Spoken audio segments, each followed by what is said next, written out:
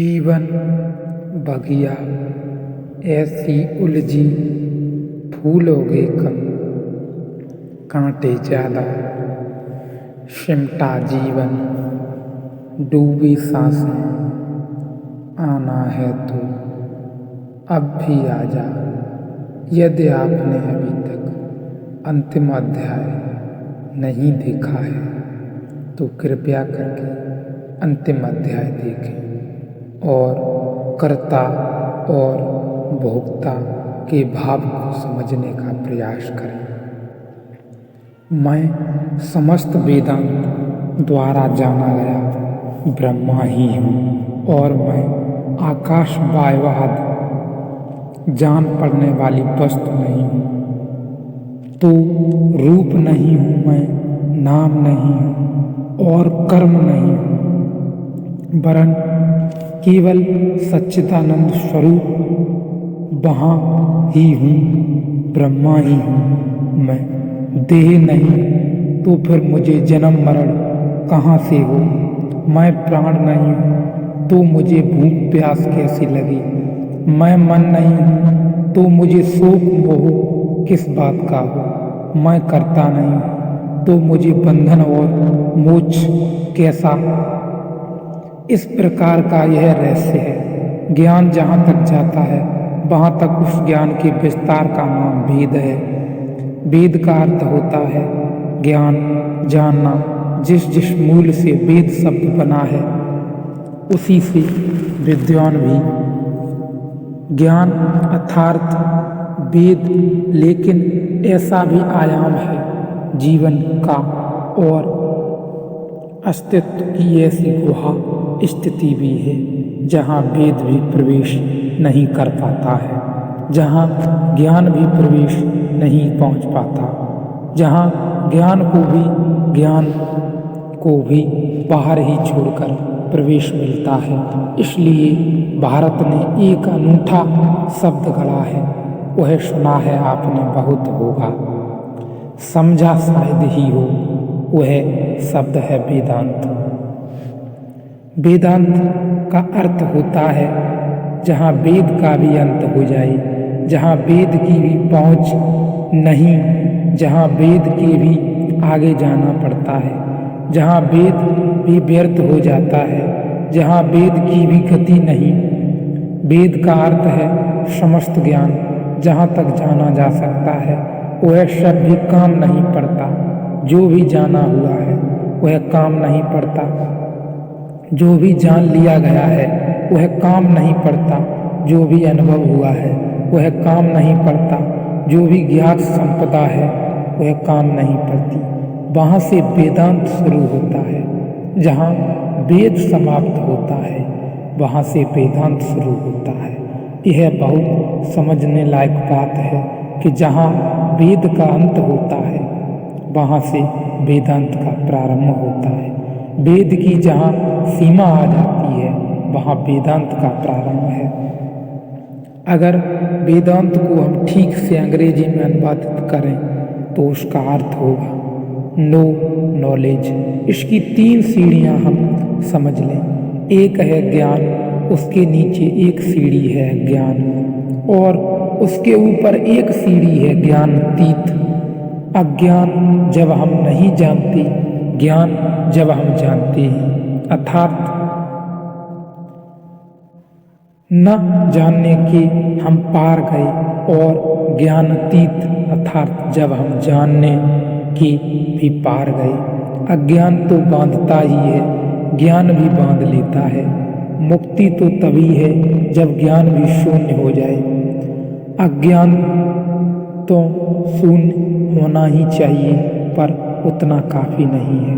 तो पृथ्वी पर अज्ञान को मिटाने वाली तो बहुत सी परंपराएं पैदा हुई, सारे जगत में अनंत धाराएं पैदा हुई जिन्होंने अज्ञान को मिटाने की कोशिश की, लेकिन संभवतः पूर्व के बहुत कीमती लोगों ने एक और नई धारा पैदा की और उन्होंने कहा कि एक सीमा आ जाती है जहाँ ज्ञान को भी मिटाना होता है, वह भी बंधन बन जाता है। न जानना तो बंधन है, जानना भी बंधन बन जाता है, क्योंकि अज्ञानी जानने की भी सीमा है। कितना ही कोई जानता हो, जानना असीम नहीं हो सकता, और असीम को अगर जानना है तो समस्त जानने को छोड़ देना पड़ता है। यह बात बहुत गहरी है, समझ लेनी जरूरी है। यदि असीम को जानना है तो समस्त जानने को छोड़ देना पड़ता है। इसलिए गहरे अर्थ में परम ज्ञानी जैसा हो जाता है, एक अर्थ में अज्ञानी जैसा हो जाता है, क्योंकि ज्ञान उसके पास भी नहीं। एक अर्थ में अज्ञानी से बिल्कुल विपरीत होता है, क्योंकि अज्ञानी इसीलिए ज्ञानी होता है कि ज्ञान उसके पास नहीं, और ज्ञानी इसलिए अज्ञानी होता है, यह परम ज्ञानी कि उसके ज्ञान को भी छोड़ दिया है। इसे हम ऐसा समझें, एक आदमी भिखारी की तरह ही पैदा हुआ है और सड़क पर भीख मांगकर ही बड़ा हुआ है। फिर एक दिन अचानक गौतम बुद्ध भी राजमहल से उतरकर सड़क पर भीख मांगने खड़े हो जाते हैं। एक ही राह है, दोनों के हाथ में एक से भिक्षा पात्र हैं।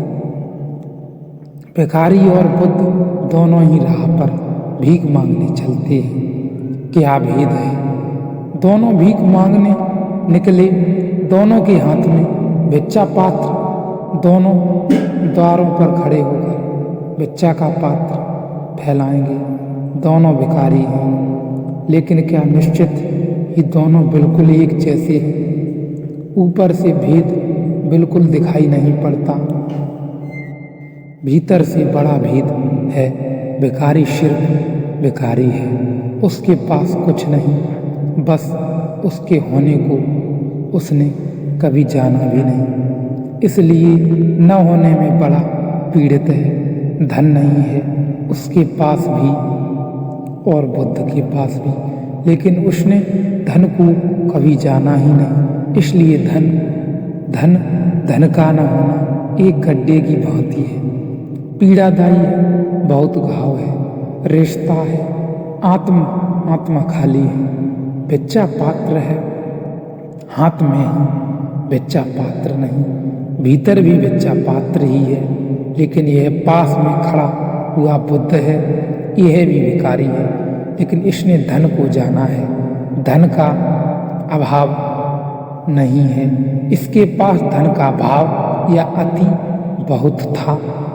धन पर्याप्त था, व्यर्थ हो गया, वह छोड़कर आया है, यह जानकर आया है।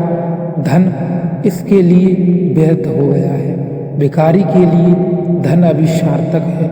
दोनों भिखारी हैं, पर बुद्ध के भिखारीपन में एक बड़े सम्राट का भाव है। बुद्ध के भिखारीपन में एक शालीनता है, जिसके सामने सम्राट भी झेंप जाए।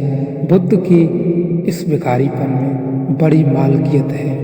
यह धन व्यर्थ हुआ, छूट गया, धन में कोई सार्थकता नहीं रह गई।